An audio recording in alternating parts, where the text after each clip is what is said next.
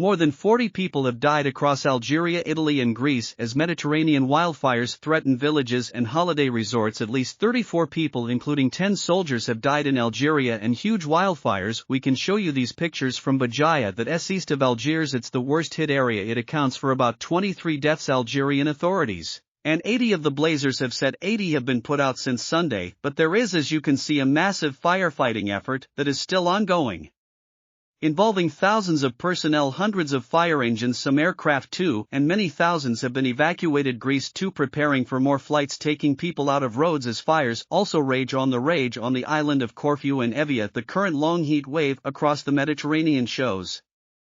When we returned, we found everything was burnt and there was nothing left, no furniture, no money, no herd of sheep, everything was burnt. The island of Sicily has been particularly badly affected. Thick smoke is reported to be drifting across Palermo. A couple in their 70s have been found dead in a fire-gutted holiday home near the capital. Foreign countries affected around the Mediterranean. The wildfires are also raging near the historic city of Dubrovnik in Croatia, and the Greek fire service has warned that today will be one of the most dangerous for wildfires on the island of Rhodes. A spokesman said strong and dry winds still posed a serious threat. Richard Galpin, Lent News. Let us take you to our reporter Asda Mashiri, who joins us now at an airport there in Rhodes. Just give us an idea as to no let-up, and temperatures in Greece are expected to rise above 44 Celsius again today. But the latest for us here is Richard Galpin's situation near Lisbon, the capital of Portugal, where firefighters have been battling the flames with local people trying to help in any way they can. Some have been overwhelmed by what is happening and angry. The fire engines did not arrive earlier. This is not right. We've been here for hours. Claims to come. The interior minister should be here now. Many have had no choice but to move away, the elderly and the vulnerable being helped to safety. In Algeria it's a different story. Most of the flames have been extinguished here, but there have been casualties. At least 34 people have lost their lives in the fires. They told us to collect our precious items and leave our homes. How it is to be there today. What is happening? Well, temperatures are set to rise once again. It's expected to be at least up to 44 degrees Celsius in some parts of Greece, which of course is going to concern firefighters who have continued to respond to these wildfires. In fact, when I spoke to the fire service this morning, they said this is going to be one of the most difficult days ahead, that there are dry winds and they're strong, and that means that firefighters have been bracing for further high alerts, further high-risk fires, and now there is a state of emergency on the island of Rhodes. Now the UK ambassador to Greece is here on the island, of course, after the scenes we've seen of tourists fleeing their resorts in the southern part of Rhodes where these fires are localized. The ambassador has come to take stock, and of course a lot of blame and anger has been thrown in different directions by the tourists who've been affected by these fires, and this is what the ambassador had to say about that. We are remaining very vigilant. The fires are not out but they are contained, and we always, as I think British nationals would expect, to seek to learn lessons from how we've handled operations and what we might have done better.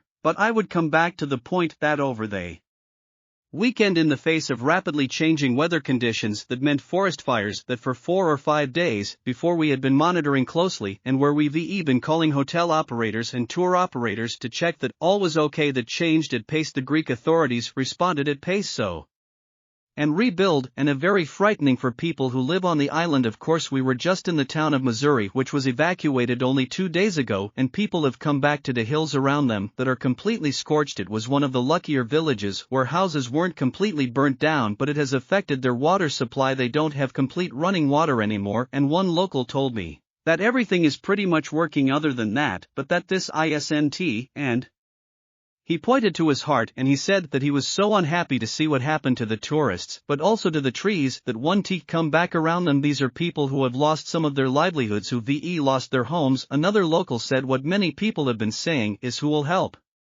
customers. Others perhaps have got lessons to learn, as we all have, but I think my message would be that this has been a very difficult period. It's difficult for those Greeks who've lost homes and livelihoods, but the outpouring of human sympathy and support that Greeks on Rhodes have shown is, I think, being genuinely heartwarming, and the fact that we've come through this with no loss of life and no serious injury, I think, is something that we should comfort from whilst remaining vigilant about the dangers going forward. Is it interesting there, just listening to the ambassador, because he is paying tribute to the locals, of course, who've been so hospitable and helpful for all the tourists, but what a time they have had. Many of them will have lost their homes. They have to stay there, of course, and try Us rebuild will there be money we depend on tourism and so for the people in southern roads where these fires are localized and other parts of the mainland that my team and I have visited there's a lot of worry and concern about their future because they've also said that these temperatures that are lasting more severe and are far more frequent are things they're not used to and they're scared about how that may progress. Of course scientists are telling us that's all because